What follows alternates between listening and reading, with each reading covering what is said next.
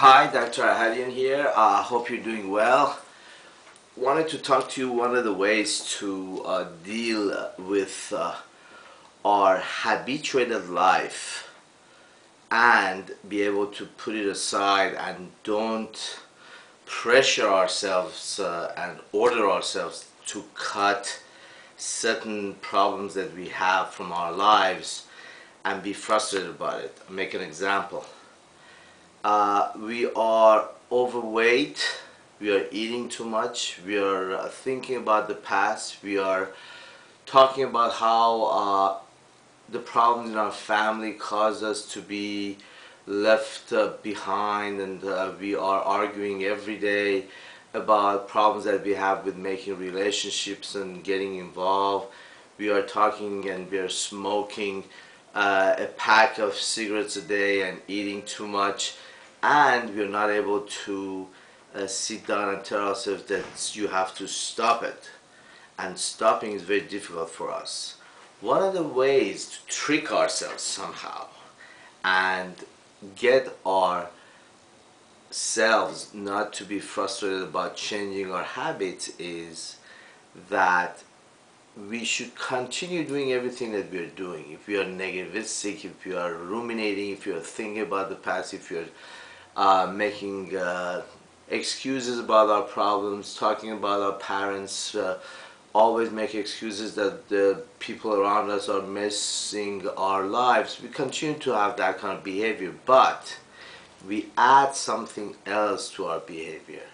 We're smoking 2 packs of cigarettes, we're eating everything we can, fine. We're not going to tell ourselves stop doing that all of a sudden because we don't want to be shocked. But we begin walking 5 minutes too, so we bring something into this behavior that we have.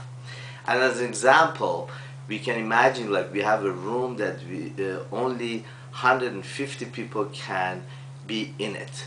And if imagine we have 150 people just packed into this room, there's no other place to have anybody else to come in. But we can continue to have this room with all these people and just keep them all the time, or we can tell them one of them have to go out, but it's very tough. How can we send one of them out? It's all the people that we have been dealing with in this room for a long time. The trick is bring another guy in, bring and push somebody else in. When you push somebody else in, one of the others is going to get out. So slowly get another one in the room, the other person is going to be out, and all of a sudden we have changed all these 150 people that probably were not good for us in this room. We still have the 150 people in the room, but none of those people from the past. So one of the ways that human beings, especially in obsessive compulsive behaviors, that we are in fight with ourselves. So we are fighting ourselves. We have the worst enemy of ourselves. We are very strong for ourselves. Why? Because if I'm going to wrestle myself, I have the same body, same attitude, same idea, and know my own tricks, and I'm not going to be winning. So the obsessive types of behavior that we are very conflicted and very fightful in a passive way, the best way to say to ourselves in order to change our ways is that, okay, I'm going to continue to have all those bad ideas, bad behavior, all the things that I'm doing, I can't change it. Don't fight with myself like that. But I'm going to add something to it. I'm going to walk 5 minutes a day.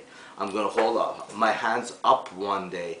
Next day, when I look at it, I see I have a different behavior added to my regular behavior, and at the same time, I have stopped some of my bad behavior because there's no more room. The same story with people in a room and bringing another guy in. So I think that would be helpful to look at ourselves and not to be scared that, oh my God, now I'm going to be having to cut all my protein, cut all my carbohydrates, cut all this, cut all that, go walking for 10 miles and get these cards and don't do nothing. We can do all of the things we are doing, okay, but we add something new to it. Adding new things to it, the old habits is going to be out, and we would never know we've tricked ourselves to the better way. Bye.